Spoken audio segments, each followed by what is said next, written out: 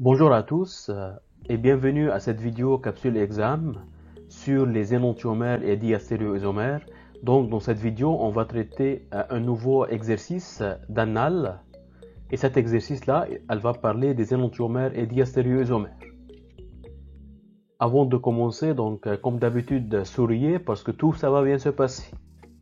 Donc c'est quoi l'exercice numéro 2? Parmi les propositions suivantes concernant les représentations A, B et C ci-dessous, lesquelles sont exactes. Donc, on a trois molécules A, B et C. Donc, on a quoi?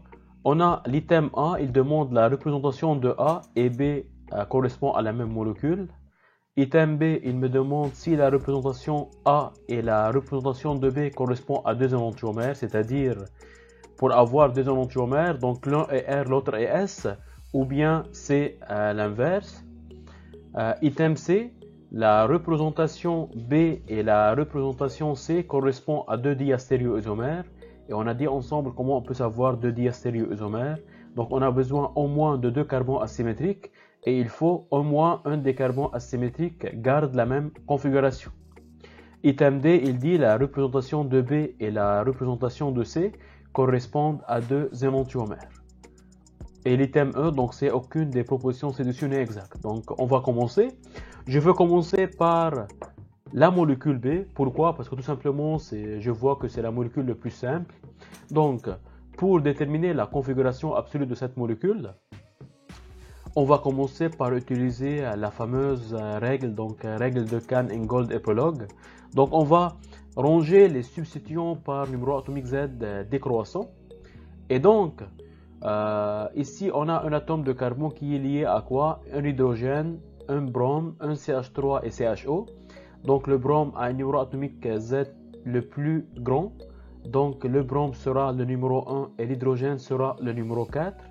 Ici on a quoi? On a CHO et ici on a CH3. Et donc, qui l'emporte sur l'autre? Ici on a un atome de carbone qui est lié à trois atomes d'hydrogène. Ici on a un atome de carbone qui est doublement lié à un atome d'oxygène et un atome d'hydrogène. Donc c'est comme si on a un atome de carbone lié à deux atomes d'oxygène et un atome d'hydrogène. Et dans ce cas-là, c'est le carbone CHO qui l'emporte sur CH3. Et donc ce carbone sera le carbone numéro 2. Et cet atome de carbone sera le carbone numéro 3.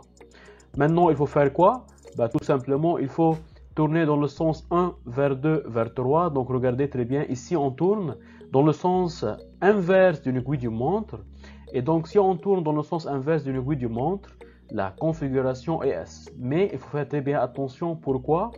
Parce qu'on est en Fischer. Et si on a dit en Fischer, si le substituant le plus petit il est à l'horizontale, il faut inverser la configuration. Donc Fischer est un monteur, on inverse la configuration. Donc au lieu de S, on a la configuration R. Maintenant, je vais commencer par la molécule C si vous voulez. Donc dans la molécule C, on a quoi? On a une molécule qui est représentée en grammes. Donc maintenant, c'est pas la peine de chercher parce que j'ai les numéros sur la molécule B. Donc le brome C1, CHO C2, CH3 C3 et l'hydrogène C4.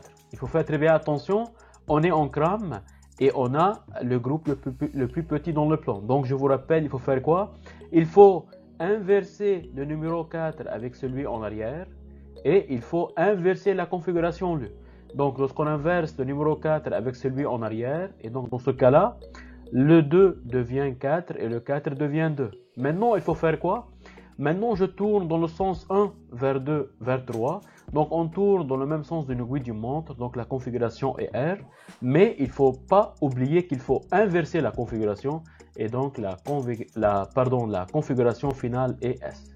Et regardez très bien, donc ici la molécule B a une configuration qui est R, la molécule C a une configuration qui est S, et donc je peux dire que B et C sont des énantiomères.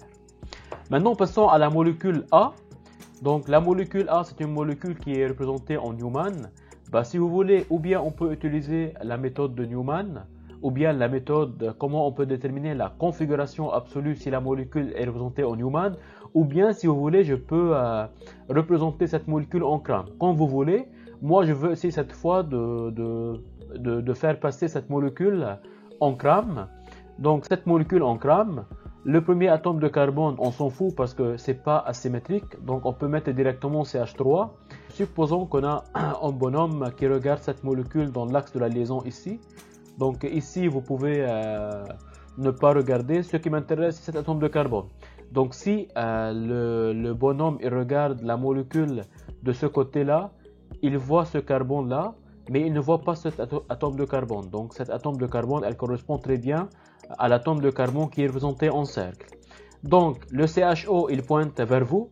Donc il va le voir à sa droite, donc à sa droite vers le haut. L'hydrogène, il est en arrière, c'est-à-dire elle entre dans le plan de l'écran. Et donc elle va le voir à sa gauche.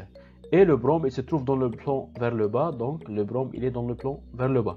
Donc cette molécule et cette molécule sont les mêmes. Et donc on va travailler maintenant sur la représentation de Cram. Donc ici on a quoi? On a l'atome de brome C1, CHO C2, donc CH3 C3 et l'hydrogène qui est en arrière c'est le numéro 4. Donc maintenant on tourne dans le sens 1 vers 2 vers 3, on tourne dans le sens inverse d'une aiguille d'une montre. Donc la configuration est S. Et donc dans ce cas-là, je peux dire que la molécule A et la molécule B sont des énantiomères. Pourquoi? Parce que cette molécule a une configuration S et cette molécule a une configuration qui est R. Ok? Et donc regardez ici encore, je peux dire que la molécule A et la molécule C sont identiques. Pourquoi? Parce que les carbones asymétriques ont la même configuration. Et donc au gros, pour donner le bilan de réponse, A c'est faux, B c'est vrai, C c'est faux, D c'est vrai, et dans ce cas-là, le bilan de réponse c'est B et D. C'était tout pour cette vidéo. J'espère que cette vidéo vous a plu et vous a aidé.